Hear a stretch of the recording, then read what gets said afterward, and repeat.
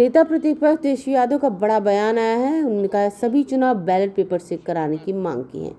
उन्होंने कहा लोकसभा, विधानसभा और राज्यसभा समेत सभी चुनाव बैलेट पेपर से होने चाहिए। भोजपुर, आरा स्थानीय प्राधिकार विधान परिषद चुनाव में महागठबंधन की जीत पर बधाई दी और कहा जब बैलेट पेपर से गिनती होती है तो भाजपा टिक नहीं पाती। आरोप लगाया भाजपा जनता नहीं मशीन तंत्र और धनतंत्र के सहारे चुनाव जीतती है। बिहार विधानसभा का चुनाव का जिक्र करते हुए कहा कि शुरुआत में हम 150 सीटों पर आगे थे, बाद में क्या हुआ सबने देखा। पीएम पर हमला बोलते हुए कहा पूरी सरकार फेल हो चुकी है, प्रधानमंत्री फेलियर है। महंगाई को लेकर केंद्र सरकार पर साधा निशाना और कहा देश में महंगाई लगातार बढ़ रही है। लॉकडाउन और ब्लैकआउट को लेकर कहा जो करना है पहले बता दीजिए, जनता तैयार है। तेजस्वी ने कहा सरकार बताना चाहती है कौन क्या खाएगा, क्या पहनेगा, क्या पिएगा, यह दिखावटी राजनीति है। आइए सुने और क्या कुछ कहा तेजस्वी यादव ने। बक्सर और जो भोजपुर में जो रिक्त पद था एमएलसी का, जो कि जनता दल यूनाइटेड का सीट था, और इस बार हम लोगों ने अपना प्रत्याशी जो महागठबंधन राष्ट्रीय जनता दल की तरफ से सोनू राय जी को उतारा। आज मतगणना में उनकी भारी विजय हुई है और एनडीए को जो है करारा हार का सामना करना पड़ा है। आप सब लोगों को हम पहले भी कई बार कहे हैं कि बीजेपी जो है टिकने वाली नहीं है। अगर बैलेट पेपर पे अगर चुनाव होता है तो बीजेपी कहीं टिकने वाली नहीं है। चुनाव में भी धन तंत्र, मशीन तंत्र लगा करके षड्यंत्र रच के इन लोगों ने जो है चुनाव जीता। लेकिन उस चुनाव में भी विधानसभा में जब बैलेट पेपर पे गिनती हुई तो 150 सीटों पे जो है हम लोग चुनाव जो है महागठबंधन हम लोग जीते थे। तो हम तो बड़ी खुशी की बात है कि हम लोग जो है केरला में भी एक सीट हम लोग चुनाव जीते और ये सरकार बनने के बाद पहला ये चुनाव था जहां हम लोगों को विजय प्राप्त हुआ है। इससे पहले भी जो राज्यसभा का जो चुनाव था, अगर तंत्र मंत्र कुछ लोगों ने षड्यंत्र रच के कुछ लोगों को गुमराह किया, अपने पाले में ले गए, वरना जीत हमारी वहाँ भी तय थी।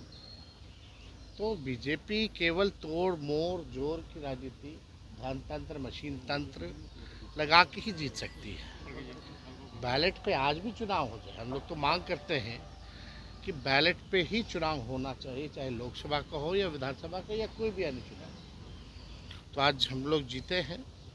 हम पार्टी के सभी कार्यकर्ताओं को, सभी नेताओं को और ख़ास तौर पे जो जनप्रतिनिधि हैं, जो इस चुनाव में मतदाता थे, पंचायत के सभी हमारे लोगों को हम बधाई देना चाहते हैं, शुभकामनाएं देना चाहते हैं। प्रधानमंत्री जो अपील कर रहे हैं लोगों से पेट्रोल कम इस्तेमाल किया जाए, सोना चांदी को लेकर के कम खरीदा जाए, सोशल सर्विसेज यूज़ किया जाए, कॉन्वे को कम कर दिया जाए, आप कैसे देखते हैं इसको? केवल दिखावटी, मिलावटी, बनावटी राजनीति है। आप हमको बताइए नोटबंदी का फ़ायदा क्या हुआ? जनता लाइन में लगा रहा, मरता रहा, कोई फ़ायदा नहीं हुआ। ये लोग जो हैं चुनाव ख़त्म होते ही सब पेट्रोल, डीजल, हर चीज़ महंगाई इतना बढ़ गया।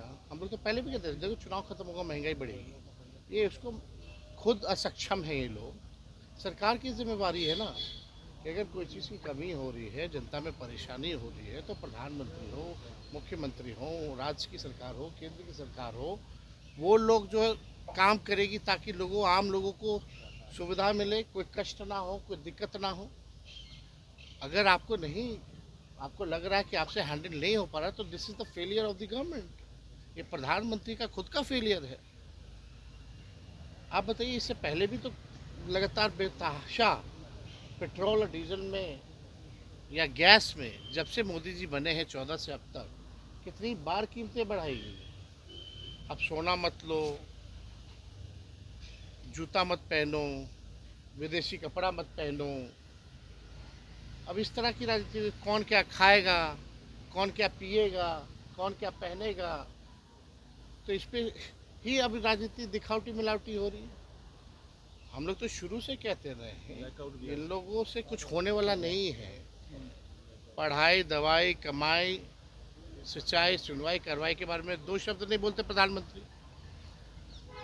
25 लाख से भी ज़्यादा हमारे युवा परेशान हो गए नीट वाले में, पेपर लीक के बारे में 1 शब्द नहीं बोलते प्रधानमंत्री। तो इनको कोई लेना देना ब्लैकआउट भी हो रहा है। 7 बजे से लेकर 7:15 तक ब्लैकआउट किया जा रहा है। ताली पीटे थे ना, अब वही होगा। अरे जो करना भाई पहले बता दो, ड्रामा क्यों करते हो? लॉकडाउन लगाना है, क्या लगाना है, कम से कम जनता तो तैयार रहेगी।